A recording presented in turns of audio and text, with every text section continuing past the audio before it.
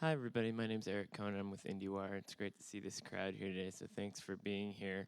Before we go into today's talk, I just wanted to encourage you all to stick around because afterwards we'll have Michael Moore here speaking with Ann Thompson, and we've got a couple more talks tomorrow that are going to be pretty great. I think I'm really happy to have the guests we have this year with Charlie Kaufman's Anomalisa, and his co-director Duke Johnson will be here. And on Tuesday at noon, we'll be doing a live recording of IndieWire's weekly podcast, Screen Talk. So you can come by that one and throw some questions our way or argue with us, whatever you feel like doing. But let's get into today's talk. We're really happy to have a Midnight Madness movie represented in this week's or in this year's series, especially one that is really indicative of a trend in indie horror lately, which is the anthology horror film. And the two people I'm going to bring out in a moment here have been very much involved in that trend with the VHS franchise, which many of you I'm sure are familiar with. The movie Southbound does something a little bit differently. It's an anthology horror film with overlapping stories, and they all kind of collaborated on it. So presuming that most or all of you haven't seen it, we're going to try to talk in kind of more general terms about the filmmaking process, but I think we'll get to some really interesting points about how all this came together. So please join me in welcoming Brad Miska and Roxanne Benjamin.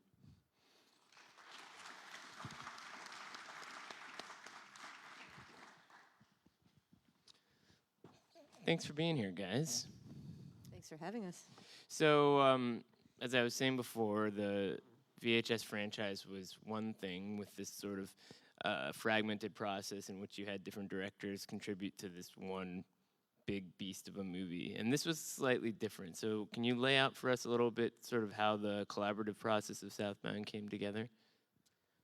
Well, it started with my relationship with Radio Silence, who did VHS with us.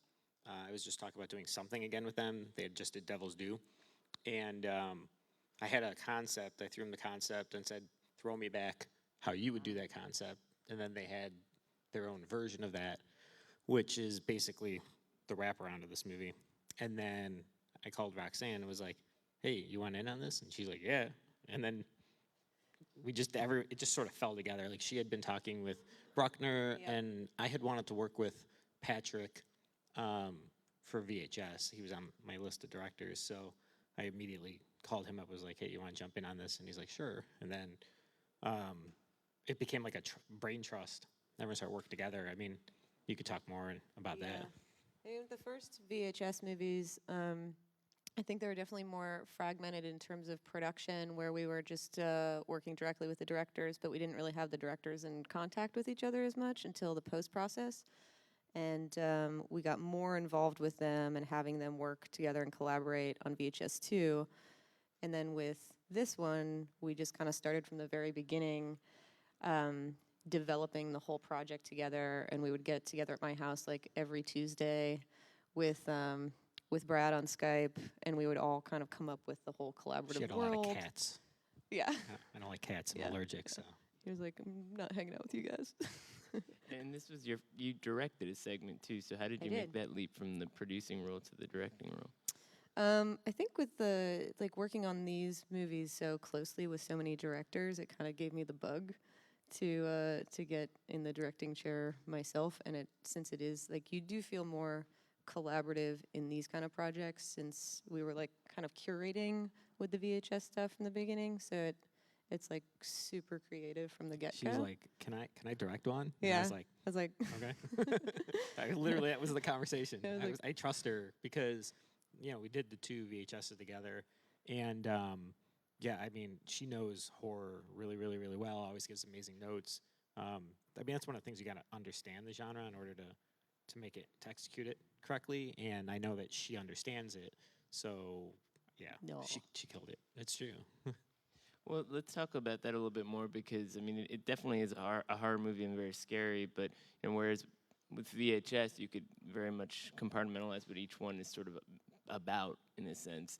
This one's a little bit harder to describe because the whole concept, not to give too much away, but there's a lot of abstract things going on that aren't totally explained. So how do you guys explain this movie to people? I mean, the short answer is, I think movies are better with a lack of explanation. I don't like things being spoon-fed. So we had a lot of internal debate about, How much do we tell? yeah, like what do we tell them? Like what? So we showed some people to see what was frustrating, as opposed to what was intriguing. And I think we tried to find the fine line. It's very Yeah. difficult. And it was the funnest part about that was actually just listening to people argue after seeing the movie about what they thought was happening and when they realized what was happening and what their interpretations were. And then we'd be like, oh yeah, that was totally our design. Yeah, it almost has like a Twilight Zone kind of Yeah. feel to it in that sense. Yeah.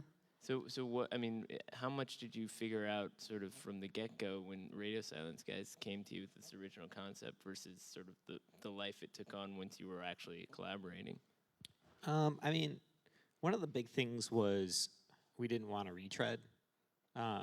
There's already a bunch of VHS retread, so we were like, how can we continue to try and further things? So You didn't want to rip yourself off. We didn't want to rip Yeah. ourselves off. We just didn't want to we do were the trying same to do thing something over different. again. We tried to keep the spirit of it similar, so it's very experimental. I mean, the investors had some balls to give us the carte blanche to just kind of do what we wanted to do. Yeah, and it was they really did. cool. They just kind of left us on our Just own, and let we're it- like, we don't really We get it, trust but you. go for it. Yeah, you've done it before. Do it again. And we were like, all right, we will. And then, yeah, I mean, I think the fact that we all really like and trust each other was key. Yeah, I we've mean, all worked together before Yeah. creatively, so that was like a big. Patrick was the only real new one, Mhm.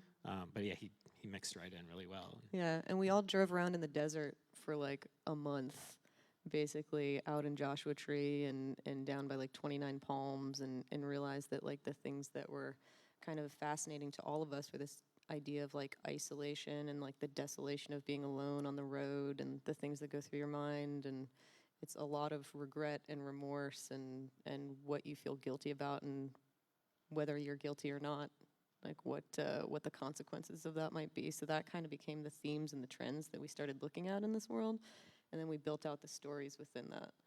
Right, it does take place in this really fascinating no man's land, which is almost like the point of the movie. It's that there's something inherently scary about being in the middle of nowhere. Anything can happen, but you know that the setting does look pretty remarkable, especially because visually it seems much more sophisticated than VHS. And I wonder if it felt like a bigger project to you guys. Oh yeah. I mean, the found footage stuff has its own challenges, particularly with editing and coming up with story that works for that. And I think that was the fun part about the challenge of those movies was like, how do we make that interesting? And with this one, we wanted to go beyond that. But that definitely led to a lot of conversations about where crossovers happen and how we make those happen between the different storylines and with each director. So there was a lot of actual team directing on set between those crossover points with characters and figuring out the best way to tell both characters' stories and lead us into the next part. It's very interesting, especially because you know there's a circular narrative to the movie. There's a payoff of sorts. It comes full circle. So how much did you guys sort of collaborate on each individual segment in that sense? Oh, everyone was on everyone's sets. Everyone was involved in everybody's story, like giving notes on it. It's really more like a writer's room and like a TV model, both for development to production and post. Like we're all very heavily involved in all the sections. Like I'd be pulling cable on Bruckner's set, and Chad would be out, helping me line up shots for mine. And so we're all like everyone, all hands on deck all the time. Is it harder to make the individual scenes scary when you have so many moving parts? There's a weird thing where you have like, especially when you're trying to do like jump scare kind of stuff, and that's so sound dependent, which you don't really get into until the post process, where like you're kind of looking at it through the camera, just like, oh man, this is just not scary at all. Like no one's gonna think this is even like remotely scary. But then like once you just have to trust your instincts on that, and then once you get into the post process and start adding in all the other elements and the VFX and everything else, then you're like, oh yeah, this might actually work, fingers crossed. Well, there's a lot of stuff that's creepy about the movie that is sort of implied. But there's one sequence I want to ask you about where it's sort of the opposite effect, and that's this great hospital moment, which has so much sort of amusing but also frightening gore elements in play. And I wonder what the logistical challenges are of dealing with those kind of practical effects. I know his difficulty was space for a lot of it, just because we were in a small room and he was constantly spinning around, and you've got all these people trying to leaning against the Yeah. wall. Like all these shots, there's like 20 people squeezed against the wall back there. But hiding behind curtains. outside of that, it went really smooth. This was like a shockingly smooth shoot. What Yeah. about all the blood? I mean, do you have to clean it up each time? You need to do a new take, right? Yeah, yeah. That's another thing where it's like none of us really have any ego when it comes to that kind of thing. It would be like as soon as we call cut, it's like directors, producers, everyone on hands and knees, like scrubbing the floor and getting ready for like a reset. And we had like some really great practical effects teams and some really cool stuff happening in there. And then our VFX teams were great too. Like so, it's a combination of the two for the hospital stuff. It's all CG. I'm just kidding. There is some CG in the movie though, which I was sort of surprised to see because I know a lot of times people are afraid to go for that. But you go there in a very particular way. So how did you choose to do that? Well, radio silence, that's like, their that's a thing. really big part of their thing. And that was one of the things that we loved about their section of the first VHS, 103198 was, Right. they do all of that stuff themselves. Justin Martinez, who's one of their collective, does a lot of it. And we just kind of lock him in a room for a couple months and don't let him out and don't let him see sunlight. And, but on set, it's like a fun thing because it's like you're kind of putting a tennis ball somewhere and it's like, all right, everybody, that's the thing that you're acting but as against. he's writing, he knows how these effects are going to come together, so he has a really unique command. There's Yeah. effects in there too that you might not even realize are effects. That blew my mind. Justin or Aaron did it. On mine, Yeah. Aaron Moorhead from the who eye effects are director of like incredible. Resolution and Spring. I kind of begged him to come help out with mine. We had a lot of help from our director friends as well. Like Jason Eisner edited my section of the movie, and Aaron coming in and doing additional VFX work. So What about the cast? You have a huge cast of actors, a Oh, yeah. huge range of performances as well. So how did you guys find all those different people? it's definitely from like working on our other movies. We have this kind of little collective that we work with, and the Radio Silence boys, like they also act in their stuff. My co-writer Susan Burke, who wrote Smashed, she's also like a comedian and an actress, and her husband is Matt Peters, who's also an actor, and he shows up in Patrick's section, and so it's kind of just all friends, honestly. There was only like 3 or 4 roles that ended up being through casting, and the rest were just like buddies of ours that we texted, and we're like, hey, want to come hang out in the desert? No middle of the night. expectations. Yeah. But what's the vibe like then? Is it a big party for you guys when you're shooting a movie like this? For most of it. For most of it, honestly, Except yeah. for when it was so cold. Yeah. So brutal cold up, Yeah. like we At were on top night, of a mountain. I mean, Yeah. yeah. Which is interesting because it's like the movie is like daytime desert beating heat, and then like at night you'd be like freezing cold. So we had like the unfortunate elements to deal with on both sides of that. But you have so many scenes. In every section, somebody freaks out in a really extreme way. So was it sort of like they'd be shouting and then you'd call cut and they'd crack up? Or, do people sort of stay in character in between takes? No, yeah, nobody was method. Everyone was really cool. I think if anything, everyone was really open about wanting feedback. Like they were like, can't really see myself. Can be honest with my performance. Should I do this? Should I do that? And it's awesome being able to do playback real easily. So. Because VHS we couldn't do that. Yeah. Because it was awesome being able to actually look at the footage. Yeah. On Those things with VHS, everything's like couldn't- GoPros and stuff. It's like, well, I hope that looks cool. Yeah. I think we got it. What are some of the challenges of keeping all these stories sort of contained and also speaking to the bigger picture? Because I could see, you guys have been involved with features before, so I could see you getting to the point where any one of these stories, you might want to keep going with it as opposed to moving on to the next thing. Well, there was definitely, those were discussions we had. We developed it so much as a group and came up with those storylines and how they would interlock that I think that kind of solved a lot of the problems before we got to production. But there would definitely be things that we wanted to do, and then it'd be like, wait, but that doesn't work for this story. So there's compromises between the different storylines of, where they lead into the next one and what you leave off. Where if it was, a full feature, there's, a whole other storyline you could do with each of these characters. Maybe we can do in the future. Yeah, so let's talk about that a little bit. You successfully shifted gears post VHS to do something differently. Does this feel like a model now that you want to continue for a couple other movies? For me personally, I just like working with friends. Yeah. And making like an anthology is cool because you get to work with. It's like making 4 mini movies. Yeah. So instead of spending a year or two working on one thing with one person, I get to work with 6 people. It's like a blessing. It's awesome. Yeah. Especially when there's no egos and everyone's friends. It's really, really cool. Yeah, so we as are long as I can do brutally that, honest with each other for Yeah, stuff too. so- Like what's working and what's not. It's like it's really nice to have that rapport with people creatively. That they're not just like, oh yeah, no, that works. It's like, no, dude, that's not working. We're gonna try something else, you know. And it's not in like a condescending way or anything like that. It's just like a really good creative team to work with. And yeah, it is a really fun model because it is more like TV.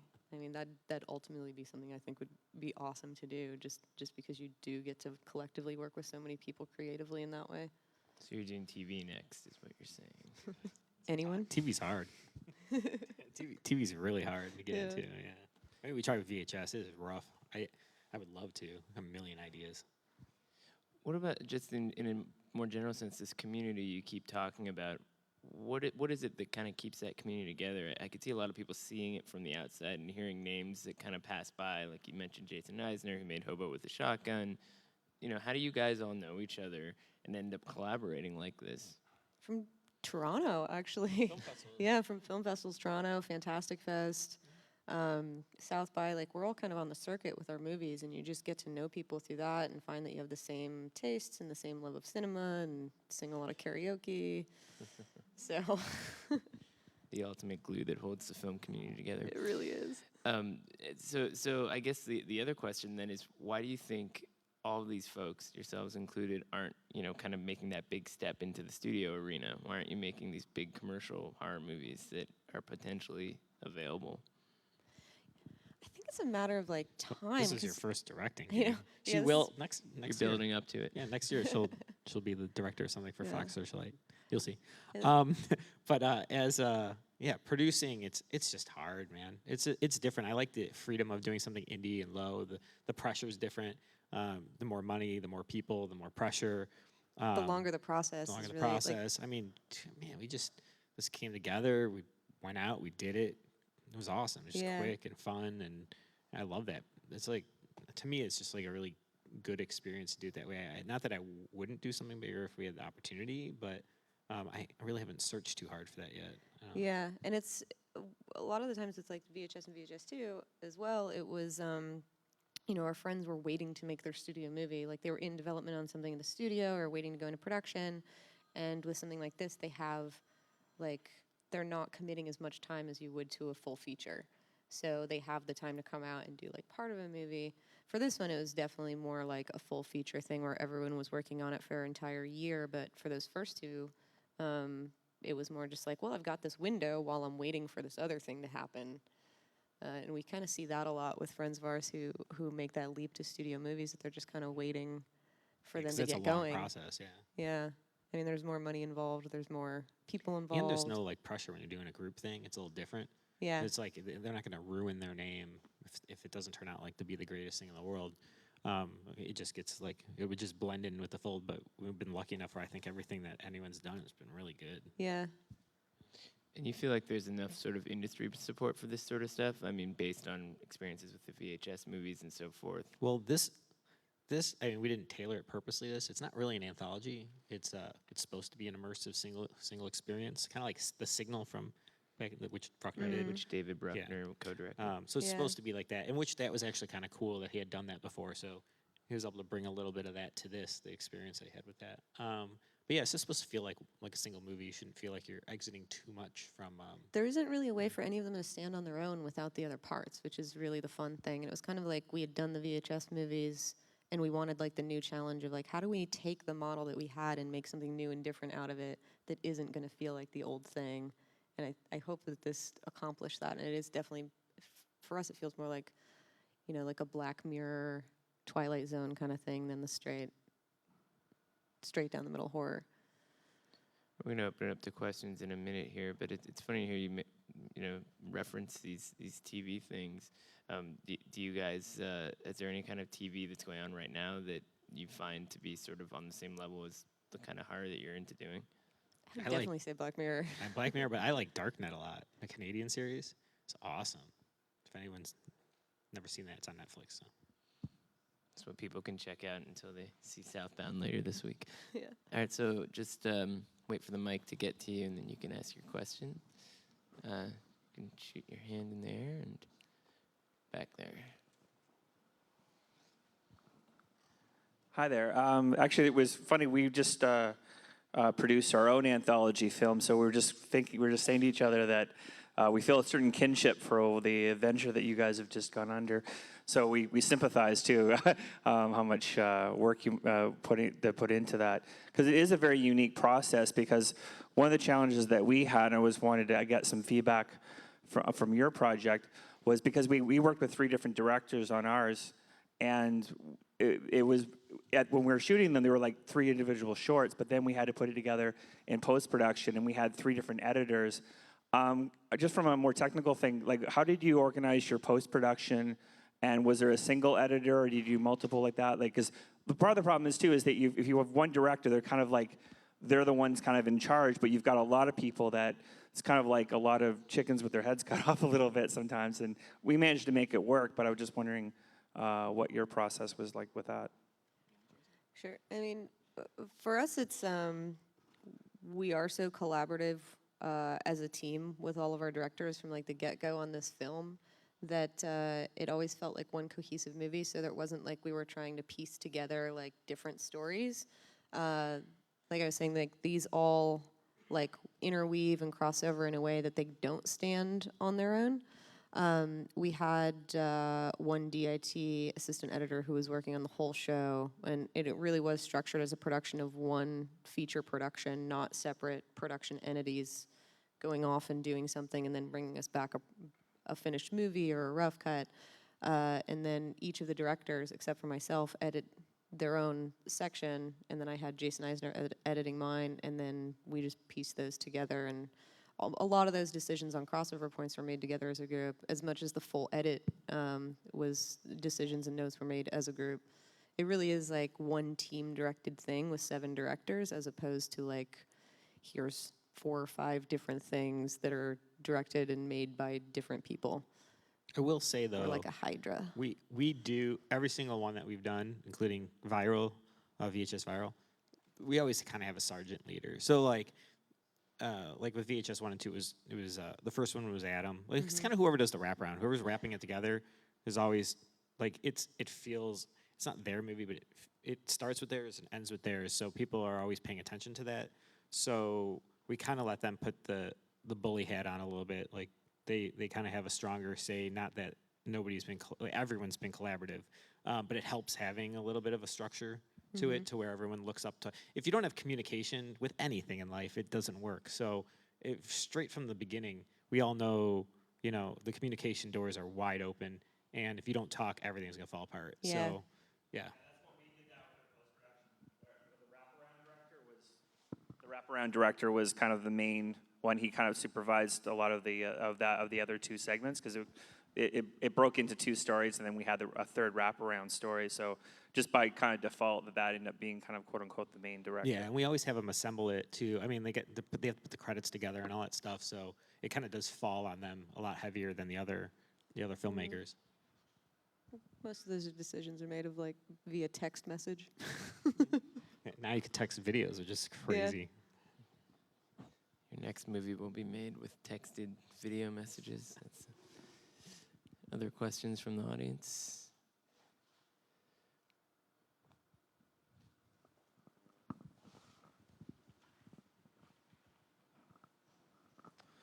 I'm from Detroit, Michigan, and I just got a role in a small independent horror film. And like you've been saying, horror as a genre is very specific to itself. I was wondering, from your end of the spectrum, what advice you might have for me as an actor. I can actually answer it, but I gotta think about it. Well, I know 2 movies that are shooting over there. Can you say what it is? Wronged? I'm not aware of that one. So what specifically, what kind of advice are you looking for? Just from your side of the filming aspect, what do you like to look for what do you see in a good actor or acting role that makes you proud of your film? It's a really interesting question because it's such a specific kind of field to be an actor in the horror genre. I mean, it's That's true. first. It's important to have a relationship with the director. If you guys aren't communicating, then there's going to be a breakdown there. Also, I think, I mean, this is just my own perspective, but I think improv works well. I think if you're memorizing a script too much, I mean, it depends on the filmmaker. If the director wants it word for word, it's your job to figure out how to, perform that. But I think a little improv helps. It feels more real, not so stagey. We've worked with that quite a bit in Yeah. our films, just in general. Yeah, and now with digital, you just keep shooting, shoot. So you can edit out, tweak it. I mean, VHS, we cheated a little bit. I mean, we had the glitches, so we could easily just glitch a bad thing. And, oh, yeah. That's so long in the past now. We can reveal all. But yeah, I mean, I don't know, hopefully that helps a little bit. But I think also, I don't know if you're talking about like getting more involved in it. I think it helps a lot to be part of the community. I mean, a lot of people move out to LA. I'm not a networker. I hate it, but like a lot of people do it and they're really good at it. And you make a lot of good friends and you have a good time and people think of you. If they're not thinking about you, you're like wasting your time. I mean, it's just a uphill battle. But if people are thinking about you, you want to be in people's heads. So like, oh, I know a guy. So like if somebody says something to someone else, like I really need an actor. Do you know anybody who would fit this? Yeah, Oh, all I of know this our guy. casting process mostly takes place through like friend recommendation and other directors that we're friends with who've worked with actors who recommend people for those roles. So it's like the more that you get Not involved, recommend actors. then the more you'll Gotta be be careful. involved. Yeah, Word spreads quick. yeah. So I think we can squeeze in one more if there are any. Yes. Hey there. I'm just wondering, because when we were developing our anthology a couple of years ago, all the feedback we were getting was anthologies are not a thing. Nobody makes anthologies. Don't bother. We did it anyway. And now we're at the stage where we're trying to sell, and the feedback we're getting is, oh no, there's too many anthologies out there. What feedback are you guys getting on Same the same thing, yeah. anthologies? I Well, just think don't. that's kind of why we wanted to go with something that wasn't just like a straight anthology. Well, we yeah, wanted this- to take that structure and make something new and different because it does feel like there's quite a few of them now.